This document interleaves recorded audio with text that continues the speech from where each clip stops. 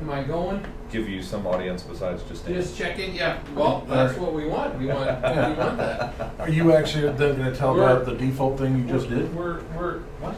The default thing.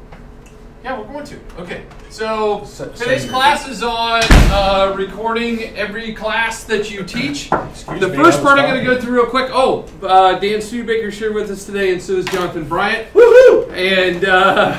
And the first part of this is a PowerPoint presentation that's quick, and then we're going to do everything hands-on. So the first part is... Do you want to see your screen? I don't need to. I know it's working. I just... Yeah. Okay. So... On whatever this stuff is. If I got this on here, let's see. So we want to answer the question today, why should you record your classes, how do you record your classes, and what do you do with those recordings once you've got them recorded? So I kind of consolidated my list. It used to be a bunch of slides on why you should record your classes for students that miss class both physically or virtually. The absent-minded kid that phases out, the one that falls asleep. I was a good honor student in high school, but I couldn't get through the entire calculus class without ending up on the beach in Hawaii at some point. I phased out, came back, and wished that I knew what my calculus teacher's name was Mr. Bryant, by the way. But really? wish I knew what he had said. That middle part of that problem, I never knew what it was. And Yeah, but the most important part is you got his last name. That's right. I did. That's always important. So, when I teach, I try to teach to the absent child, the students that's not here today.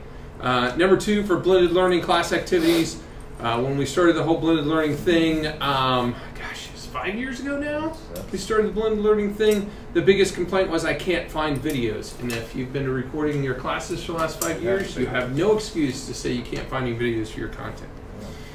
To help remediate with students, whether it's online remediation with a specific activity or just saying, hey, watch yesterday's class again, there's all kinds of remediation we can do with our own videos. Number 4 is really for ourselves to build a repository of our own instruction. If I'm going to be gone, which I'm not like I used to be anymore, it was really, really easy for me to build a sub-day. And then number 5, I really do believe that it makes you a better teacher. When you know that you're going to be recorded, when you know that you're putting it up there, I think you put that much more effort into it, just like you do when somebody's coming in to do an observation. So that's just some of the reasons. There's lots more, I'm sure. But the big thing is to help our kids learn, right? It's for them. We could probably make a list just as big on why not, but I would say every single one of those reasons that teachers have given me why they shouldn't is poo-poo. You know, people are concerned that it's going to be a punitive thing. They're going to be evaluated off of them. I could get fired if I do something. The big thing to remember is that you're uploading the class that you want, not the class somebody else asked you to when you're doing it. Yeah. Is that link good?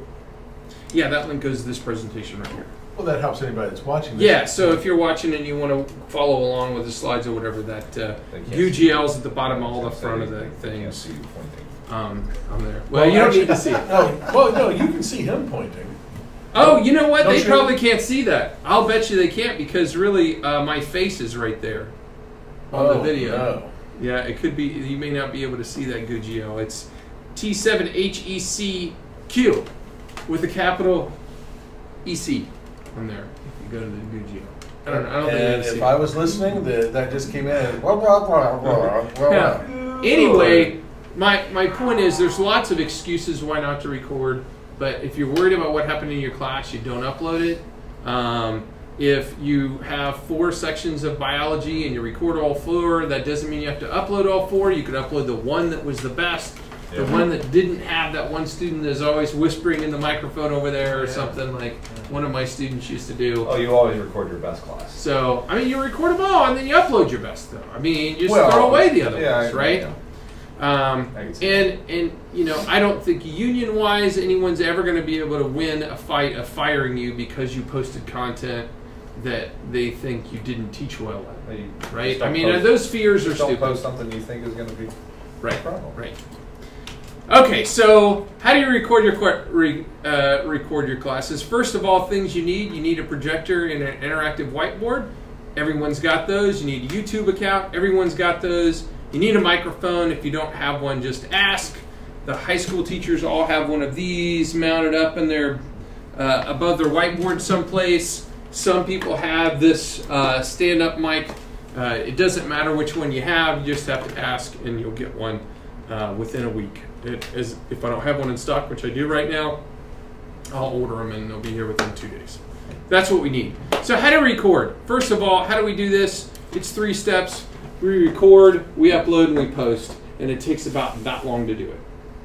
It's not a big time thing. There is a caveat there that if you're not using a digital whiteboard, you can't record. We're not recording with cameras. We're capturing what's happening on the desktop just like we are now, and we're capturing the audio. So if you're somebody who's still using your dry erase board, you have to get used to using the digital whiteboard. Well, I write on the side. I still got a little list over here. Those are notes for you. Those actually were notes for my students, for them to remember how to do what we were doing. And I wrote it up there and said, take a picture if you can't remember when you get to the classroom that you're doing it. But my point is, you have to use your digital whiteboard. To upload, all you need to do is set up a YouTube account. We'll talk through that, and you have to post it. The actual act of recording is pretty darn simple. Oh, where'd it go?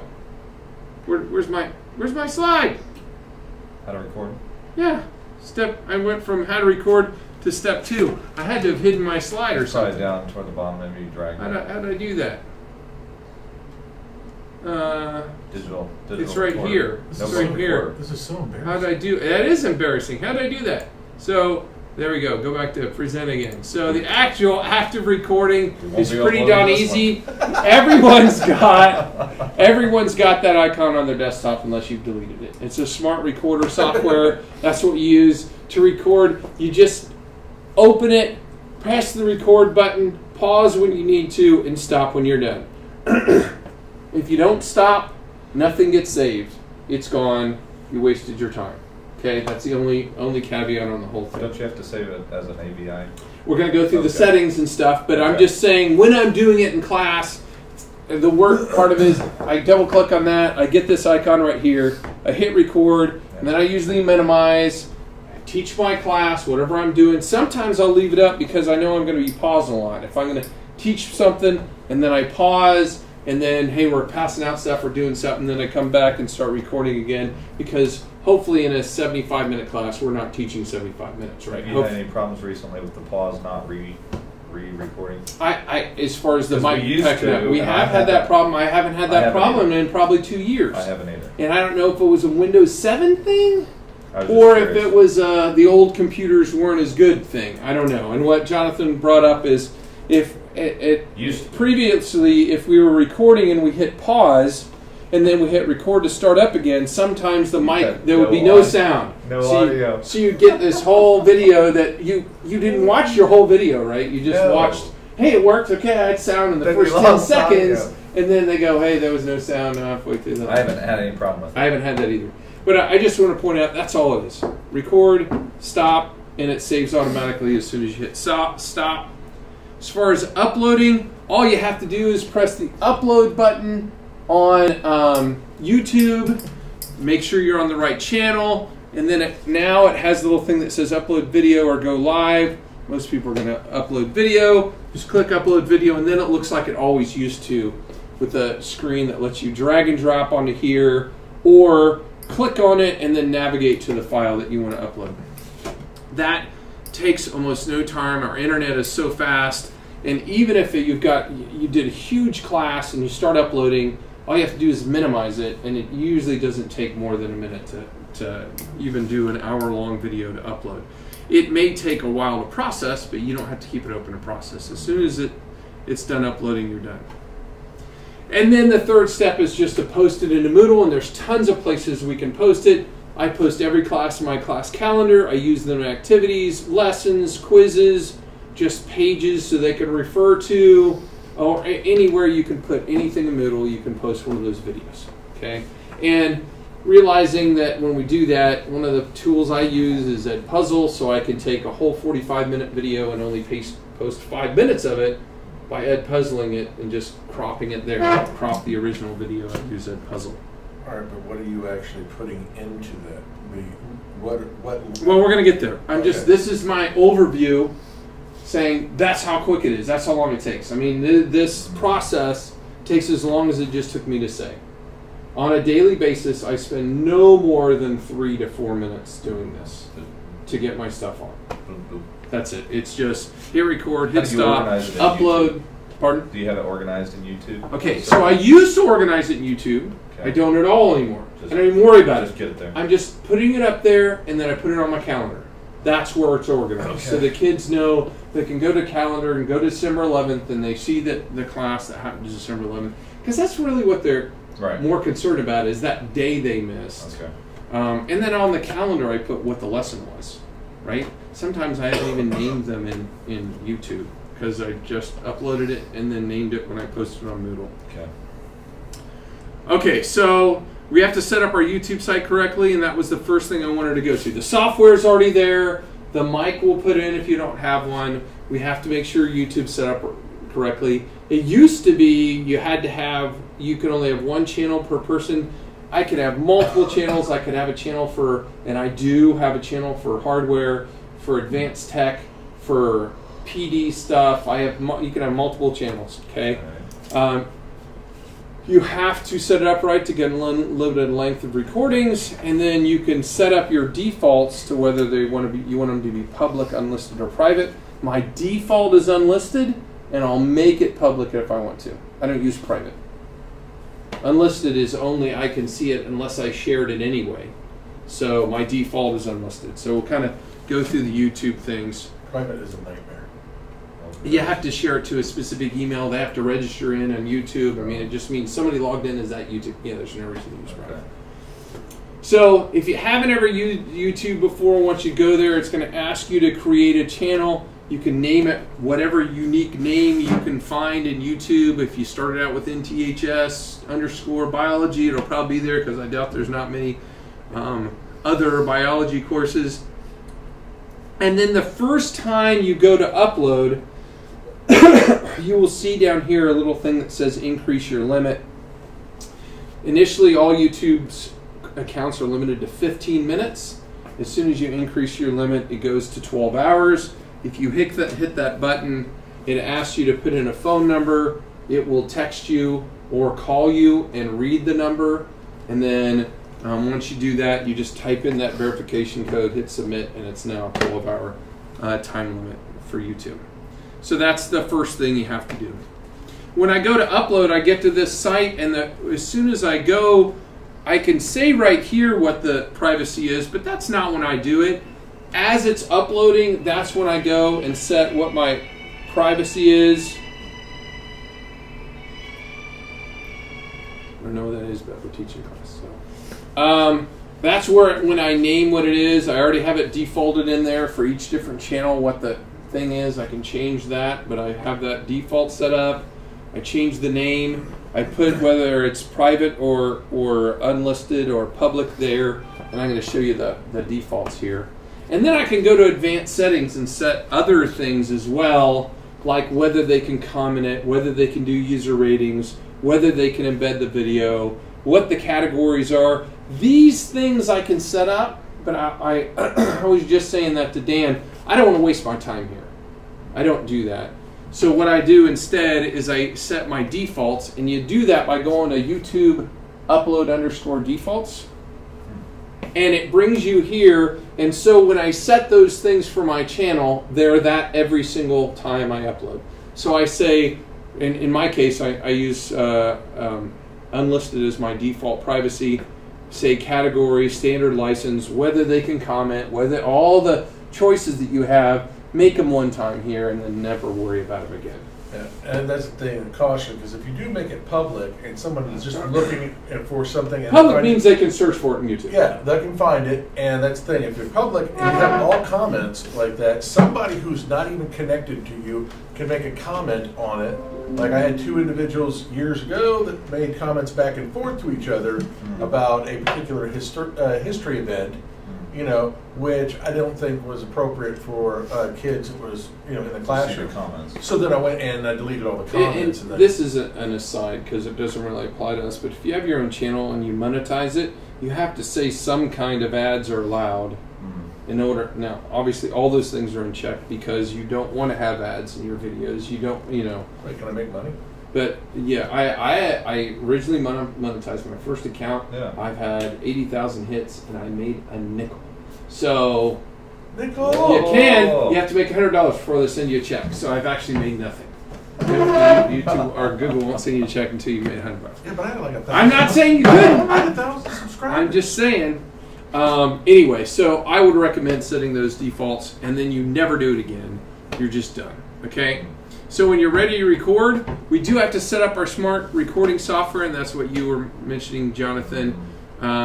We want to test our mic and make sure that the audio is being heard, and then start doing every class the way you want. So we'll talk about those settings here real fast. When I open up Smart Recorder, I want to click on the menu button right there.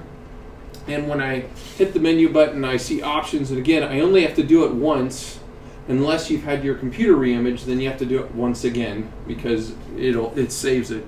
So when I go to options, the first thing I have to do is change the video format to Smart Recording Video. I don't know why it says this. This is called Windows.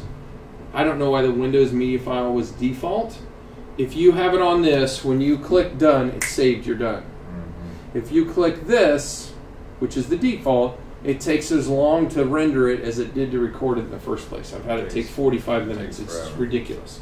Yeah. And you don't need to because YouTube's going to re-render it to whatever it saves it as anyway. Yeah. So I would set that to AVI all the time and then change your target file location. I don't know if I have that caught.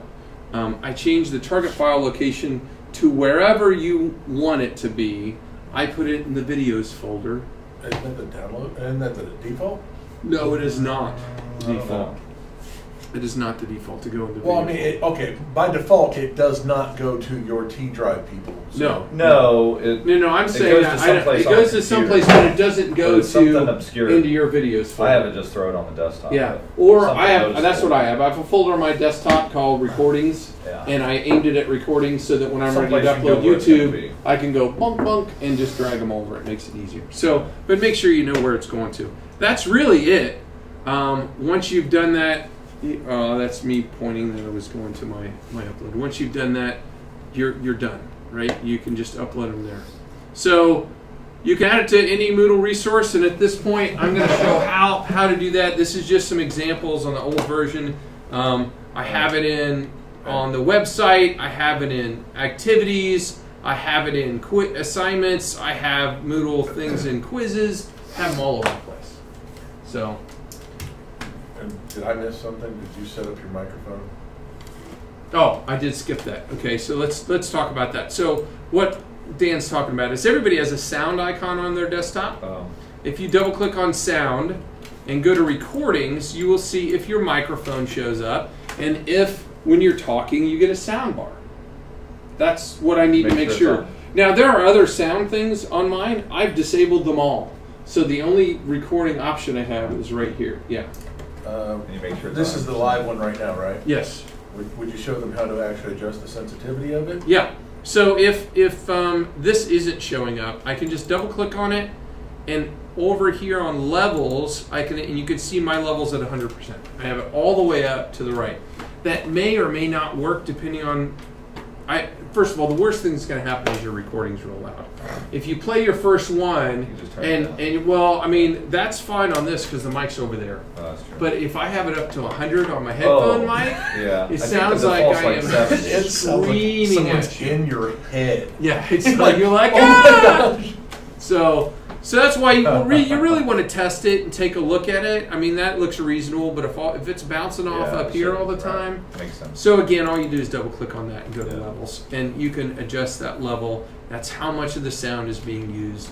If you're using one of the overhead mics or like one that's far away, I'm going to tell you it needs to be up at 100%.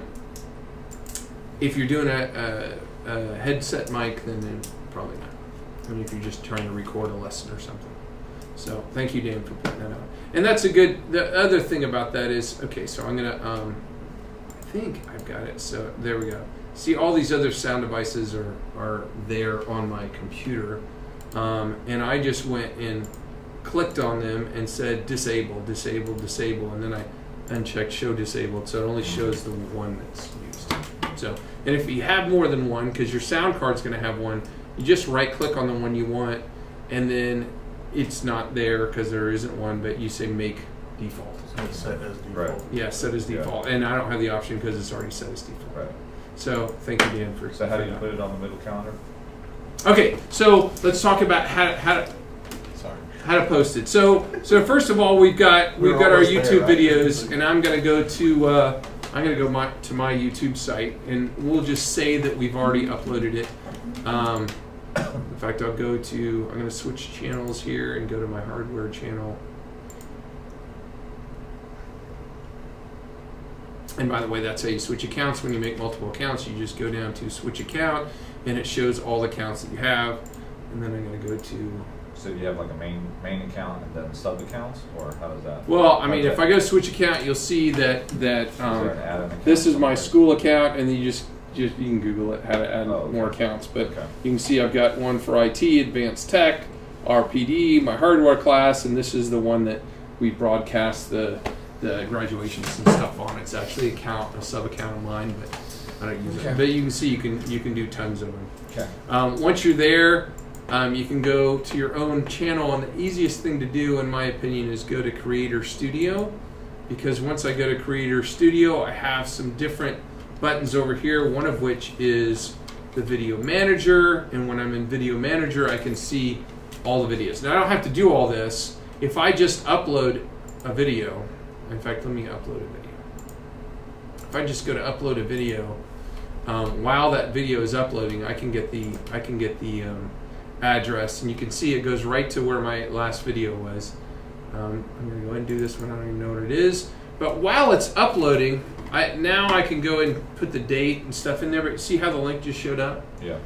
If I go and click on that and open that up, I've now got the link right here on YouTube to be able to get the address that this is going to be when it's done. When did that start working again? What? I've had that stupid the preliminary link that they give you not work. Well, if you click, I can't use that one. I can't use that because that's a u2.be address. I can't copy that. But if I click on that, it takes me to a real YouTube address, and I can use this. Yeah, I don't know why it does that. I don't know. Yeah, because I've done that as well. I can't see but anything. it's still uploading, but I can already put it on my calendar. So I'm going to take this and say Control-C, and I'm going to go to my Moodle calendar. It doesn't have to be uploaded. That's why I'm saying it takes so little time, because I can go, I stop, save, upload, link, done. It's still uploading, and it's already on my calendar. Okay, so I'm going to go to my Moodle site, and I'm going to go into a class. I'll do an Advanced Tech. No, I'm not, because that's not the regular one. I'm going to go to clickies. Okay, I'm going to hardware. And then I'm just going to click on my calendar to get to my calendar. And then I see a new event. So I just click on new event. It looks different than it used to. This is what they're going to see. Test video. That's what they see. Now, I don't like this page as much as I like the old one. I like the old one much better, because now I have to go down here and say show more to get the thing that the description and that lets you add it in there. So now I'm going to add this address, and here's the thing. See, I got the whole address. As soon as you see this and feature YouTube, that is trash. It doesn't belong on the address. I don't want that. I have to delete that to have it work. Unless the video is completely loaded up and you are actually... Yeah, once it's all done, I won't put that on there. But if I'm doing it right as it's uploading, it has the @YouTube thing on the end. I got to delete that. Yeah. So here's my address of the thing, and we used to be able to just hit save now, but it doesn't work anymore. I'd like to figure out how I got it to work before, but I haven't yet. So we have to take that and make a link, put the YouTube link in there, say create link, and now I'm done. So now if I hit save, it's on the calendar. What is today? The 11th. So there's my, what is today? No, today's the 6th. So it's right there. Test video. If the kids click on it, they're going to see the video. It's not going to work probably yet, because it's just saying that because it's not. But can they expand? Processed. They would be able to make that full screen and everything. Yeah, if they go to one of the other ones, you can see if they click on it, they're going to get the Yeah. full screen button. So when is it that they can't expand it? Because I've had a case where it's like embedded, but they don't have that option. I've never had it, so they can't expand it. You'd have to, you would have to basically. Yeah, you had to say you'd that have they to could. force it to the point where it, I can't remember where it was now, but Yeah, are you saying on another site or on our I site? was on Moodle. I don't know. Because if you go in bed, you can say how Yeah. big it is on the preview screen. Plus, they can hit the yeah. open in YouTube. Yeah, there's all there. If you do the embed code, you can say more stuff. Okay. As far as what size you want it to be out, but that's too much work. We want Yeah, to keep it yeah, simple, I right? don't Well, I mean, that's one of If the I things have it that you here- would have to It was like do. one of the things I had done. Yeah. Yeah, I mean, and if they click the YouTube thing, now they can go and change it all they want to, right? And that's really, and depending on if they're watching it on a phone or something else, it just makes more sense. Now, the one thing I used to like about the other calendar is the other calendar was small over here and then showed the thing over here. Like if I clicked on this, it wasn't a pop-up. It would open up the thing right here, and then the little calendar was on the side. Would you just try to actually docking your stuff to see if it's just a room? No, I don't think Space so. No, if I dock stuff, you can't dock this in the center, and it used to just go away. It just does it different now. It just different than it used to. Anyway, so now that it's done, let's see if it's done. Okay, so processing's done. If I were to look at that video now, see, it's still got that, but Yeah. I'm going to go to Video Manager. If I click on it from the Video Manager, I don't get the rest of that address. Oh no, I'm in the editing thing. I don't know if. See, I've still got. Oh no, do I? Let's see. No, you're live. No, see, but I still have Still that, has that and and feature feature. equals. Yeah. And I just don't know why. Wait, did you click the done button? Yeah. I still have it. I've been deleting that from the end of stuff All for right, a while. go back to the other tab, please. Which other tab? This one? Yeah. One uploaded? Are you sure you? I did not see you hit done. Yeah. I hit done. He did. The blue done. And here's where we're talking about. If you Yeah. if you want the embed code, you could go and do this. I don't think it still makes it so you can't enlarge. Actually, no, right there. Show player controls. Yeah, I think if you actually take those things off, Yeah. Then they Maybe can't. that's I don't think Okay. they can. Yeah, I don't know. It's something I did, and I was like, I wonder why they can't expand on that. you'd have to. I think it's in those four options there that you could remove it. Maybe. Yeah, I don't There's a know. little diabolical guy wringing his hand. Yeah, that icon. I can't expand it. It's too small.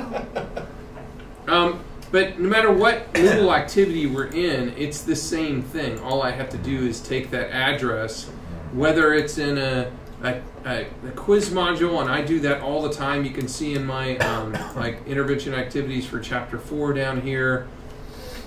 Most of these, in fact, all of them, are quizzes, and when they click on the quiz, it's a video, and these are obviously Edpuzzle embedded videos. And then when they're done watching the videos, they can go and take the quiz over the videos to make sure they watched it. And that's how I do most of my blended activities, because then I can see whether they watched it, and the video is embedded right into. Oh, this is not didn't have a video in it, but you get the idea. See, I really do like the way it used to just, you could drop the address and it just, there's got to be something I did in Moodle. We That- did the drag and drop one. Oh. You used to be able to just drop Drag, the address drag, and it would and hit set save, up a and the box. video would be there. Yeah. And I'm not, I know I'm off task with this right now, but it used to be right there. I think you covered it. Yeah, and see, this is the way the calendar used to be. When you were looking at a date, it was part of the page. So if I click somewhere, it just boop, opened up the stuff over here and stuff. I liked that way better. It's in settings. Actually, I think it's probably part of the theme. Mine does it fine. I wonder if different themes make the calendar look differently. because I really did like that view of the calendar better, because the kids could just pop on there and the video would just start on the side. So it doesn't take any time at all to do it. It's something that if you start doing it, there's no time to record. There's really no time to upload. And even if you're like, I have nowhere that I want to use it right now, I throw it on the calendar, especially with kids that are in ISD, suspended, at home medically. I mean, Luke misses a lot of school for excused appointments because of doctor's appointments and stuff, that it would be awesome if he didn't miss school, because he'd watch it at home. We'd make him, right? And a lot of parents, especially with kids who have medical needs like that, are going to make their kids watch the class if they miss it, and there's just no opportunity whatsoever to make up work if those things happen, right? So it's just not a lot of our time to do that. Plus, you know, you've got those learners that, like Luke, he's probably not ever going to be able to read your high school biology textbook, but he's smart enough to understand everything going on in high school biology. And if he had the ability to rewatch your, you know, the places where he got confused or something, had the ability to rewatch the video, he's going to stay up on your class the entire time. But if it's a teacher who does lots of handouts and minimal lecture, and he has no way of getting that content again, what does he do then, right? He'll just end up falling behind with that biology teacher that does a lot of handouts and just a little bit of lecture. Not that, I mean, I would hope every teacher talks about every part of their subject matter at least once, but I know there's a lot of teachers who, you know, just do these worksheets thing. I'll teach it once, you do these worksheets to learn it. Kind of like when, there you go. Well, you know. Here's a question. Have you seen, experienced, or, you know, what's your feelings, I should say, on ones who do the exact opposite? It's all recorded. All right, and Nothing physical. Yeah, minimal physical, like worksheets. Right. No, I mean, I'm not saying that Good both for ways auditory. are. Yeah, Right. you know, But the thing is, you can you need to have a mix, right? Or you don't hit every kind of learner. And some learners learn all the ways, and that's the person who masters your content that much better. But my point is that it's just one more way for us to extend our teaching outside the classroom. Oh, yeah.